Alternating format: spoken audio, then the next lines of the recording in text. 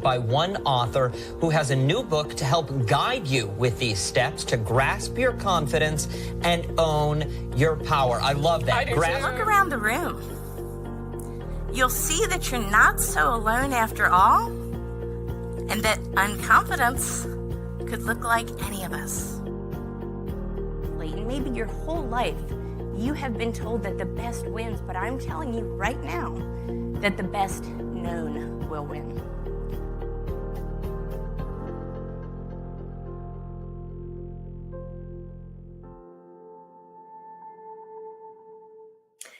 Today, I'm thrilled to introduce a powerhouse in voice empowerment, Nancy Bos. She's a distinguished voice expert, researcher, performance coach, and best-selling author whose journey from debilitating stage fright, I love that, to confident self-expression has transformed not only her life, but the lives of countless others. As the founder and CEO of the Confidence Alliance and StudioBos Media, Nancy helps individuals overcome their fear and find their true voice. And I actually had the pleasure of meeting Nancy in Albuquerque, New Mexico for a TV appearance just 2 months ago and found her to be an amazing and inspiring individual, which is why I brought her on the show today. Nancy, welcome. Hi, it's great to be here with you again. Love it. Yes. Well, so great to come together today for this podcast. And, I love the work that you do. It's really inspiring. We met on LinkedIn. I was trying to find a local buddy before I headed to New Mexico because I'd never been there. And I saw that you were also a TEDx speaker, also a best-selling author, also a podcast host. Oh, and by the way, you just also happen to be super passionate about confidence. Yeah. We're like twins. We are like twins. It was I love it. Crazy, serendipitous. I was not expecting that. And the fact that we had never actually really connected before then was even crazier. Yeah. And it's so good. This field, there's so much work to be done, and there can't be enough of us. And so I'm really glad to be walking this walk with you. Yes. Yeah. Well, I want to know a lot about your work. Obviously, I have so many questions. Your experience mirrors mine in so many ways. You went from this journey of being terrified to speak, or not speak, but being terrified to perform on stage. Yep. And then I had a similar journey as well. Mine was just speaking in general, in front of any size crowd. I could barely do. So it's interesting because a lot of people have this same fear. It's called claustrophobia. 70% or something like that of people have this fear. It's incredible, right? What is the statistic? It's something like crazy like that, right? Yeah, it's a really big number. Yeah. And they're terrified to speak to the point that people would rather die than be a professional speaker, be put on stage, do a presentation in front of a group. It doesn't make any sense that we're more afraid to be vulnerable in front of people than we are to die. That doesn't, I mean, we all can tell that doesn't make sense. And I've never talked to anybody who said, and I don't want to get over it. There's so many people whose lives are impacted by this fear of using their voice. In fact, I would dare to say most people, it is rare, the you and I, that aren't afraid to use our voices. And I don't want that to be rare. I want that to be common and normal, is that people are willing to speak up and use their voices. Wow. Yeah. It can hold us back in every aspect of our life. For me, it started when I was in elementary school. It would have been, when we were reading a book in class and we sat around in a circle and everybody had to go and read one line and the next person read a line and you would read it out loud. I remember I couldn't concentrate on anybody else because I was so worried. Am I going to mess up? Are people going to laugh? Am I going to make a fool out of myself? Am I going to embarrass myself?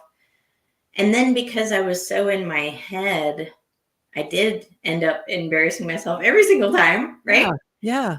No matter how much I read it, and it reinforced the belief that I was a bad reader. So those feelings that I'm going to mess up or whatever, those are all symptoms. Do you know what the original source was of you having this fear to speak? Yes. For me, it was being in a household where I didn't have support. So, my father, I'm the youngest of five, right? So I think that's a part of it too. Yeah. It's kind of always felt like the runt of the litter, right? Yeah. I'm also the shortest, like in stature, and the youngest. So I have a couple things going on there. Yeah. But then, my father, he was either absent or, he had trouble with alcohol, and he was not an uplifting, supporting person. Yeah. Very stern man, and he was abusive at times. And it was really hard to feel like I had worth. Yeah. And that translated into, I'm not smart, I'm not good enough. And my grades suffered, well, the longest time. Wow. That's super powerful. And then there's a point where you decided, no, he was wrong and I'm kind of awesome, right? That's the pivot point. And you talked about this in your book. And I think it's so amazing that you're willing to be that vulnerable with anybody and everybody who wants to get to know you, to share your most vulnerable side, to show your belly to the world so that we can all grow from that. I love that.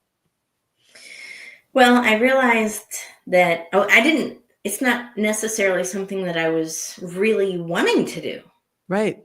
It's something I was very scared of. That probably scared me almost as much as anything. Writing it. But yeah, writing it, telling other people, because Yeah. again, we live so much of our lives based on fear. Yeah. And this internal fear monologue that people are going to reject me. They're going to know where I came from, and it's not going to be good enough. Totally.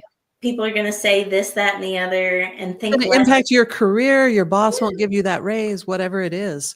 It holds us back.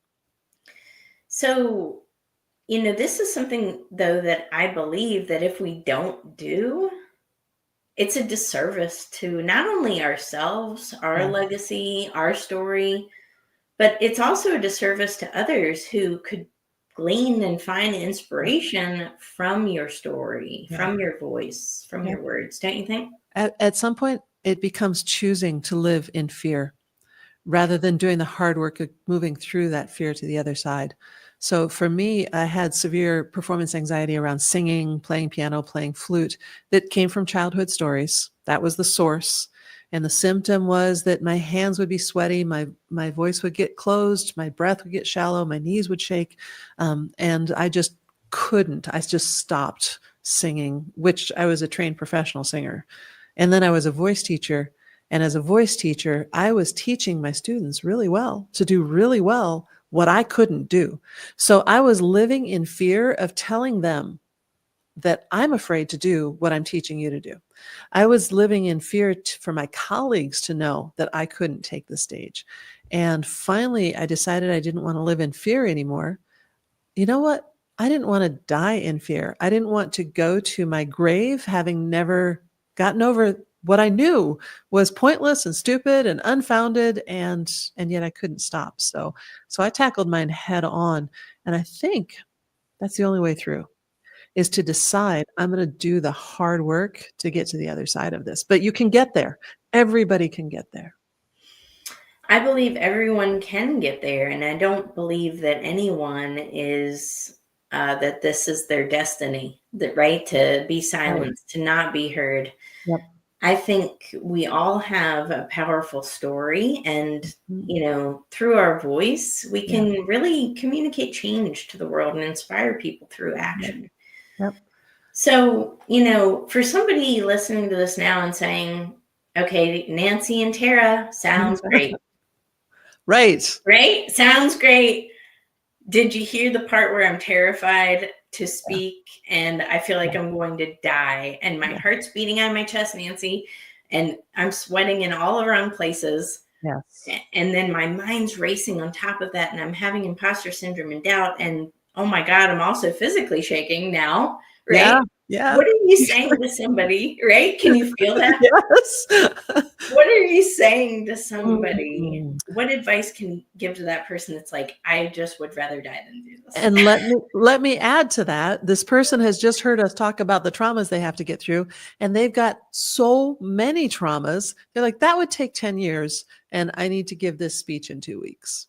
And so there is a place for, little tricks that we would use in order to get through the fear. Now, I would totally recommend do the therapy. I did hypnotherapy. I'm a huge fan of hypnotherapy. It helped me get over the stage fright. It helped me get over a reaction to soy that was based in trauma.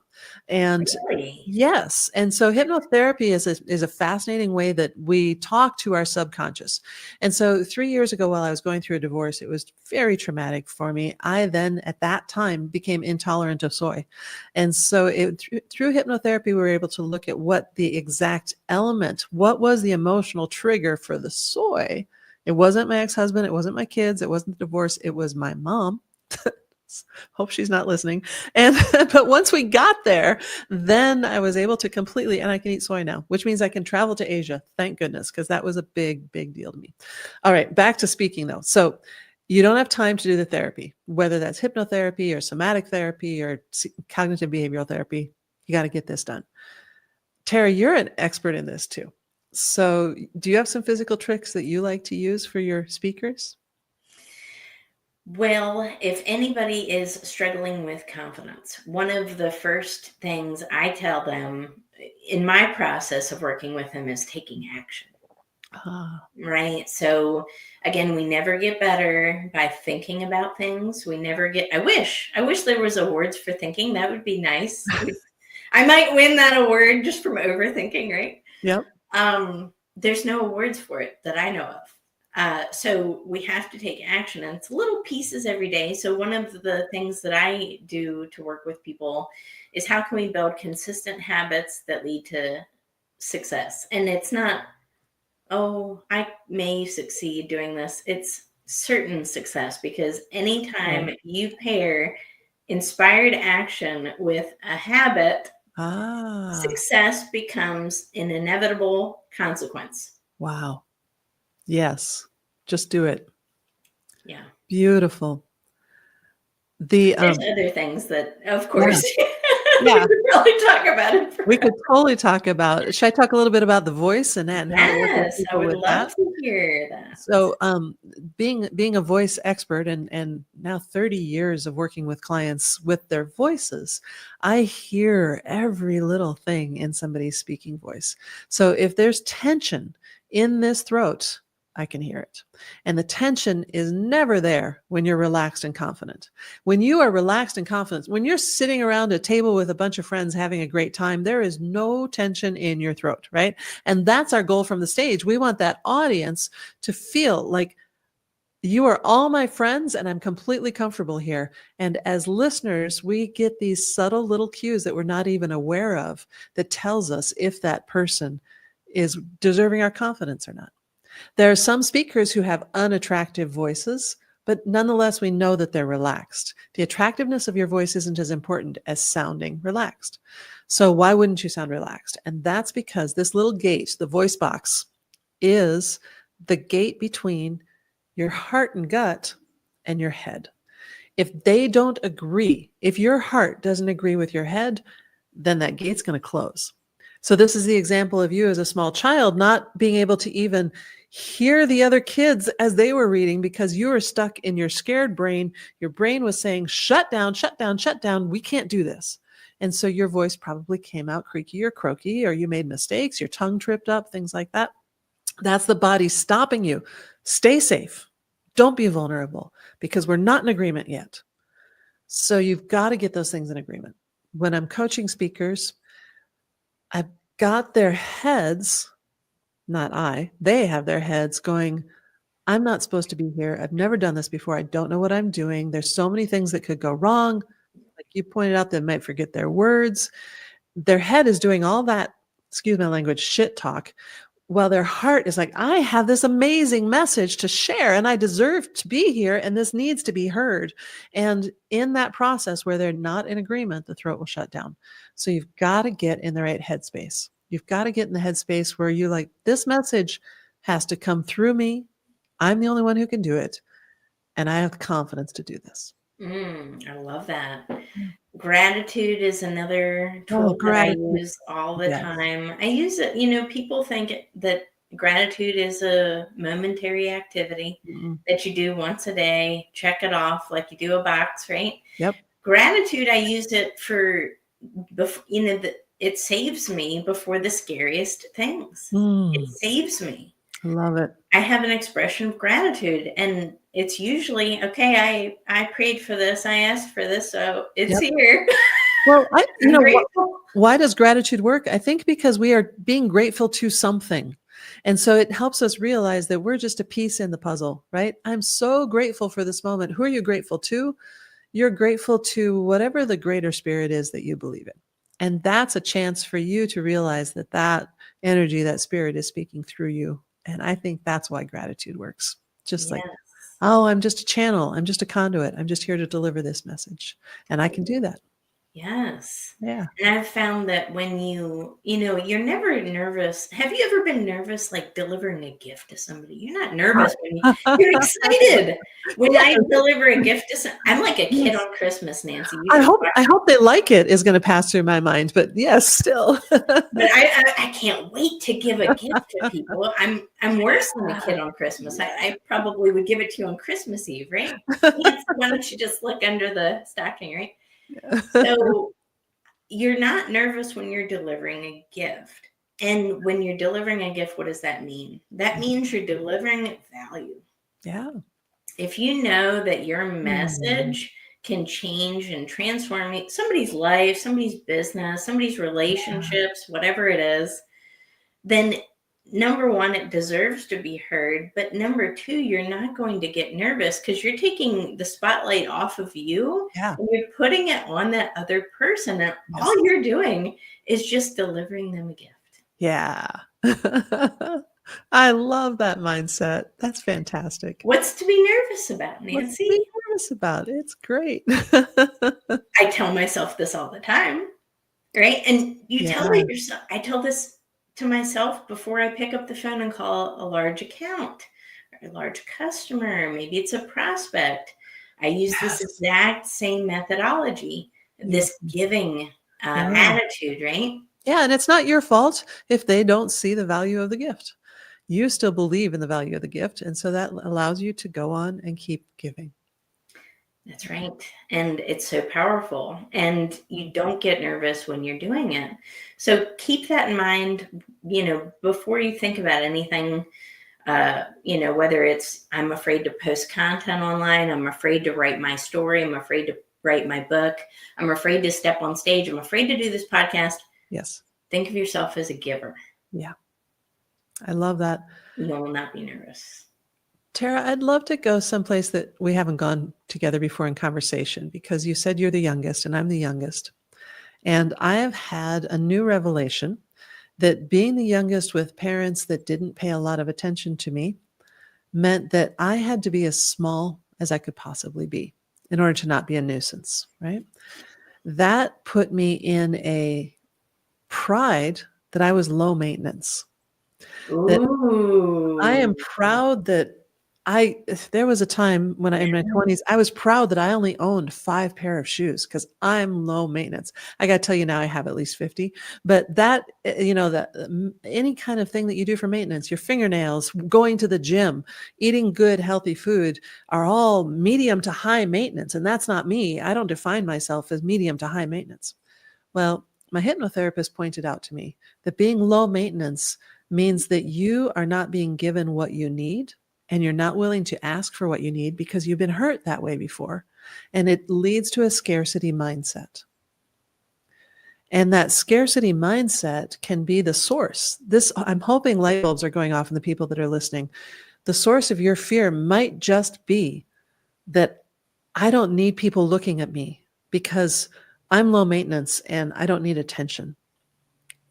But not only do you need attention because you're a human and you're an animal, the gift that you're giving deserves attention. So you've got to find a way to give yourself permission to be seen and to be heard.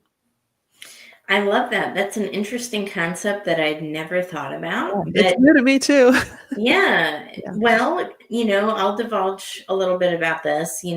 Growing up, my mom, she was one of the most unconfident people I've ever met. And she would always pride herself on low maintenance. It was a pride point there. It was. Yeah. And, not even an intentional pride point, but like you're saying, I'm low maintenance. Other people need things. I'm fine. I'm fine. I'll DIY this. I won't ask for help. Yeah. That's right. Exactly. So that it's DIY powerful. is where it's been coming up in my business because I'm building something really cool in my business, and I have been DIYing it as long as I can, and I've now reached the outer limits of what I can do myself. And so it has been me overcoming my fear to bring in, I've created an advisory panel of 10 beautiful people who are excited to help me. And it turns out that me asking them for help is giving them a gift. I'm not paying them. They're just a temporary advisory panel, and they're so happy. They come back with, yes, I would love to help. Oh, I didn't realize I was giving you a gift by not doing everything myself. So yes, you get to add value to others and know and acknowledge your own things that you're good at and strengths that you have, and allow other people to flourish at the same time. That's being a giver. That's adding value. It is. And it's so important. So Nancy, I love the way this conversation flowed. I'm sure there's a lot of people out there that are listening to this right now that are resonating with this. What are the best places that people can find you online? Thank you. NancyBos.com is my personal website. And theconfidencealliance.com is a website that I'm building right now with the new things that I'm creating. Wow. LinkedIn is my favorite place, though. That's the only social media that I really hang out in is LinkedIn. I've got a newsletter on there, and I would love to meet people on there. I love that. Same here. We always meet on LinkedIn. That's how it goes. That's how we met. Yeah. Got to get on LinkedIn. Tell everybody that. Yeah. Well, wonderful. Thank you so much, Nancy, for your time today and for sharing your expertise. Listen, everybody, if you're listening to this and you identify with being afraid to speak, being afraid to share your voice, being afraid of being on a podcast, speaking on stage, sharing your story, whatever it is, just know that it is possible to defeat these fears. It is. One action step at a time, one breath of gratitude at a time, one moment of pause at a time. It is absolutely in your future. And if you have the desire for it, the ability already resides within you. Yeah. You just need to step into your power. Beautifully said. I love that. Well, thank you so much for everyone who tuned in today. We will catch you on the next episode. Don't forget to subscribe, share, and leave a review.